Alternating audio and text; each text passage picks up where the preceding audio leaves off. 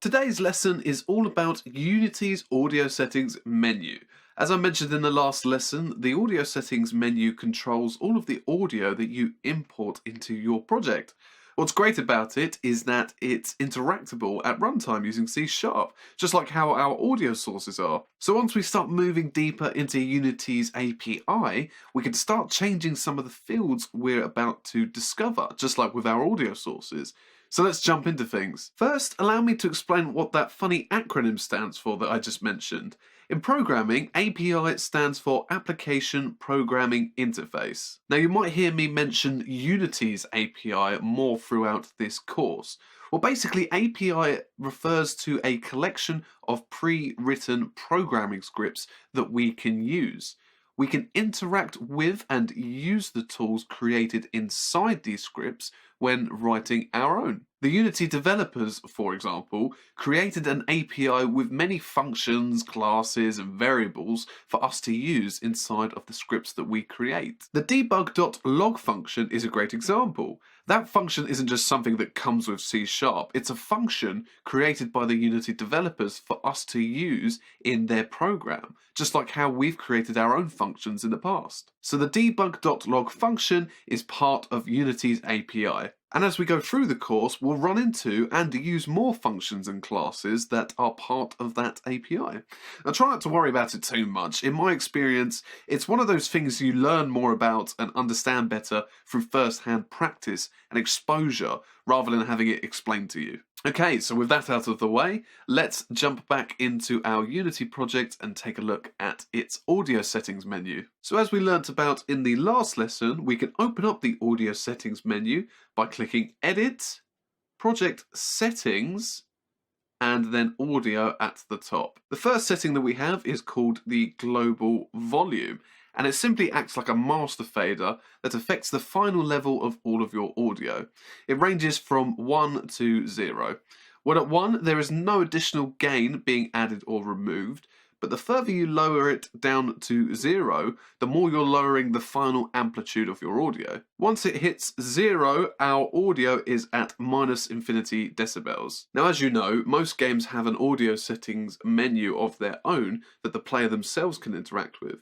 Well, some developers like to create sliders and dials for players that allow them to control this field and use it as their own master volume setting, but there are also other ways of achieving that effect. Next, volume roll-off scale allows you to adjust the shape of the logarithmic roll-off curves that control 3D volume attenuation. As you'll remember from our last lesson, by setting the volume roll-off setting on one of our audio sources to logarithmic, our volume is attenuated over distance in a very believable way, which we heard in the last lesson. Now, obviously, that curve we can see uses a mathematical formula in order to create a final volume using distance. That formula is the one you're looking at on your screen now, and using this, we can calculate the final value that Unity will multiply our audio's amplitude by in order to create believable distance attenuation. So Y represents the final value that our audio will be multiplied by, and X represents the distance between the two components, which we experimented with and explored in the last lesson. If the distance between our components is ever less than 1, Y would actually equal a value greater than 1, which would then actually increase the amplitude of our audio and add extra gain to it. When it comes to distance attenuation, we never want our audio getting louder than it normally is, only quieter. So to prevent this from happening, Unity caps the final result of Y at 1 if it were to exceed it. With this here being the formula itself, let's take a closer look at what the M and the R variables actually mean. The letter M represents our minimum distance value, which you can see here, and that we looked at last time. Now, because of the way this formula is designed, any X value lower than M will create a Y value that is more than 1, forcing Unity to bring it back down to 1. For example, using this interactive graph, if I change the value of M from 1 to 2, you can now see that anything lower than 2 on the X-axis would be greater than 1 on the Y-axis. So by increasing the value m, we're increasing the minimum distance at which the amplitude of our audio won't go any higher. Finally, the value r represents the volume roll-off scale that we can change in our audio settings menu. Now, if I slowly increase the value of r, we can see that the y value, and therefore the volume of our audio, will be lower the further the two components are from each other in the game. But if we start to lower the value of r, y, and therefore the volume of our audio, will be higher relative to the distance between those two components. Now, to help you understand these variables and their relationship with each other a bit better, I've included a link underneath this lesson that will take you to this interactable graph so that you can then experiment with these values yourself and perform tests calculating volume attenuation for your sounds. The next setting is the Doppler factor.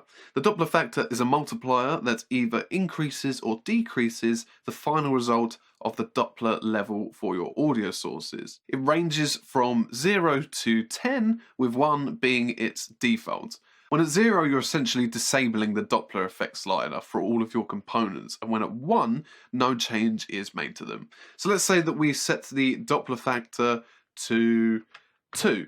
This would multiply the Doppler level on all of our audio sources so that the one attached to our practice object, which let's say is still at 1, would be now 2. So that one's a nice and simple one to understand. The next one is called default speaker mode. It allows you to select which type of speaker format your game's audio will default to when the game first starts up. Now, if we click on the drop-down menu next to it, you can see that the options are mono, stereo, quad, surround sound, surround 5.1, surround 7.1, and ProLogic DTS. Now, most of them I'm sure you're familiar with, but if you'd like to learn how many speakers each mode is designed to play audio through, you'll find a link underneath this video explaining each mode for you. Now, the sample rate allows you to set the sample rate that your audio is outputted as once your game starts. The sample rate you choose must be at least 8,000 Hz or more.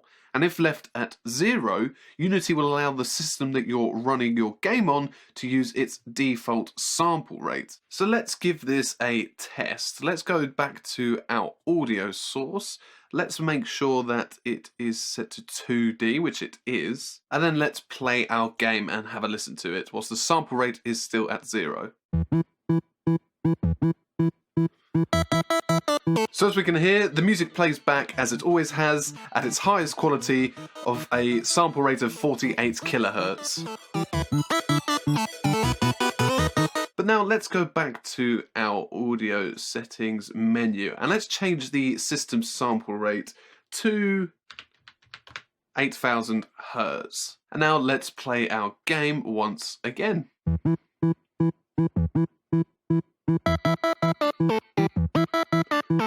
This time we hear that the quality of our music has dramatically decreased, as less of the original digital samples that made up the audio file are being played back to us.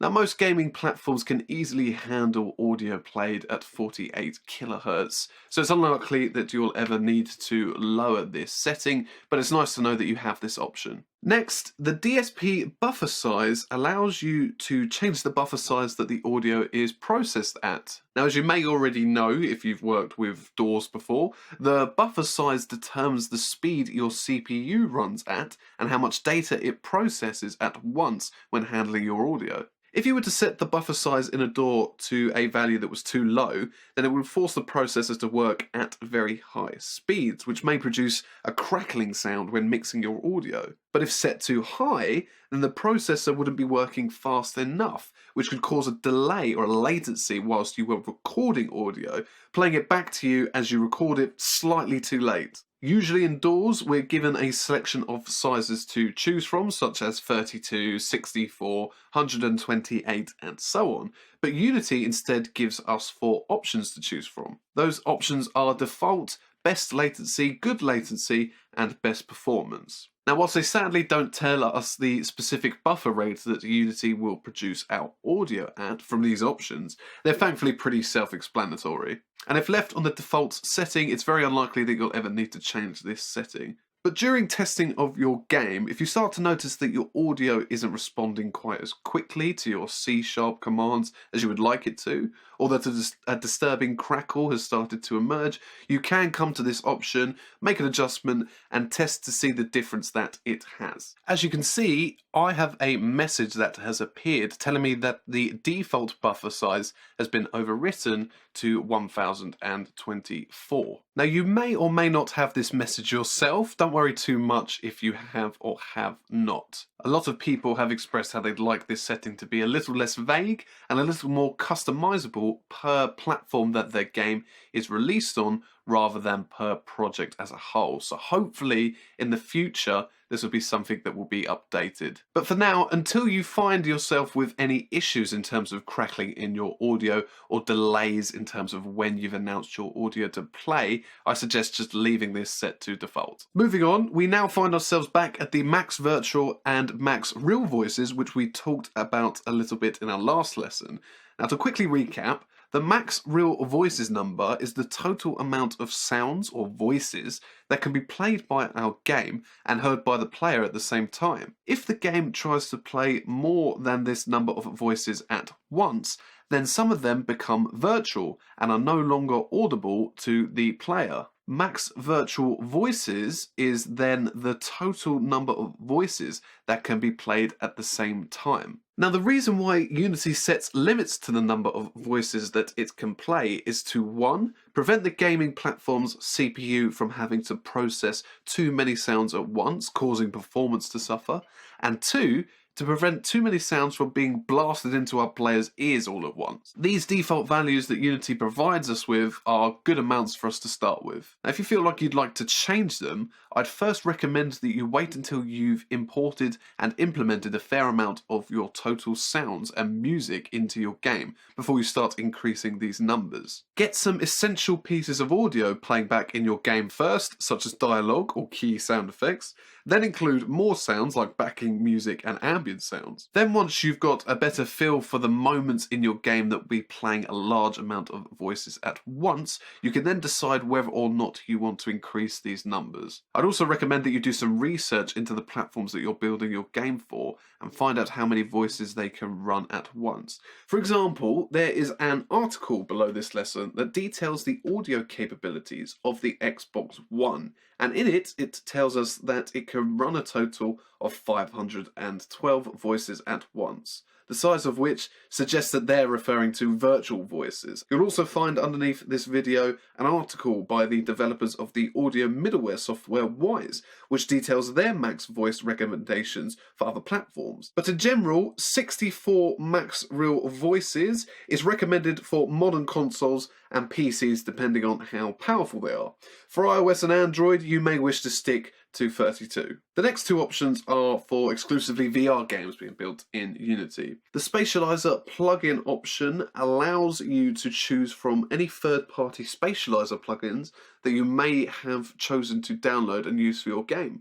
These plugins process your audio during runtime to play it back at any specific point 360 degrees around your player. As opposed to surround sound, this method of replicating how we hear sounds in the real world doesn't rely on a number of fixed channels or speakers such as 5.1 or 7.1 and can create the effect for regular stereo headphones. To learn more about how these plugins process your audio, I provided a link underneath to educational articles that Oculus provides on their website, as they talk about how the different techniques and calculations that their plugins use recreate the way we hear sound in the real world. But for us, because we have no third-party plugins installed, we have no options to choose from. Now, the Ambisonic Decoder plugin is also used for VR, but is slightly different from a Spatializer. Ambisonic audio is actually a type of format. Using a special Ambisonics microphone, you can record sounds in the real world in 360 degrees. These sounds are recorded into an Ambisonics A format. Those recordings are then mixed by special Ambisonic mixing software and encoded into an Ambisonics B format. Depending on the software, you can sometimes even encode mono or stereo files straight into an Ambisonics B format. Those files can then be imported into Unity. Once in Unity, they then need to be decoded by a plugin in order to be positioned and played back in 360 degrees in real time as your game is played by its player. Now, VR companies like Oculus provide both a Spatializer plugin and an Ambisonics decoder plugin for you to create a game on their platforms with. Now, I'm not an expert when it comes to audio for VR, and these explanations I've given are very broad surface level ones. So if you're planning on working on VR projects, I'd recommend that you read up on the topic of spatial audio as much as possible. As already mentioned, the Oculus website is a fantastic place to start, but I'll also have some links underneath to other places that I've personally found to be very helpful. These last two toggle settings we have are thankfully very simple. Disable Unity Audio does exactly what it says. If marked, Unity's audio system will be disabled. This option is only really useful if you're planning on using a third-party audio middleware to import and play your audio with, such as Wwise or Fmod, so we won't be touching it during this course. Finally, Virtualize Effects works in a similar way to virtualized voices. As well as virtualizing the voice itself, with this option enabled, Unity virtualizes any DSP effects that you may have added to the audio source. For example, you may remember from our last lesson that we were able to add an echo to our music by adding the audio echo filter component to the same game object that had our audio source attached to it. Well, if our music was ever to be made virtual with the Virtualize Effects option selected, the process signal created by this component here would also be made virtual. This is a setting used for saving on processing power and our game's CPU usage. There's no point processing the effects being applied to a sound if the sound won't even be heard by the player, is there? So it's usually recommended that you keep this option enabled. And with that, we've covered all of the options we have access to within Unity's audio settings menu. Now, whilst there are still more parts to Unity that focus on audio that we haven't yet looked at, we're first going to start diving back into C# in the next lesson. We're going to learn how we can interact with our audio sources via the scripts that we write ourselves, as well as some more fundamentals to using the C# coding language in Unity. Then once we start adding audio to our game, we'll take a look at other audio features with the added context of a game with implemented audio to help us understand them better. If you were confused by any of the topics mentioned in this lesson, and some of them were pretty tough, then don't forget to check out the extra resources I provided for you for more information. Then once you're ready, meet me over in our next module.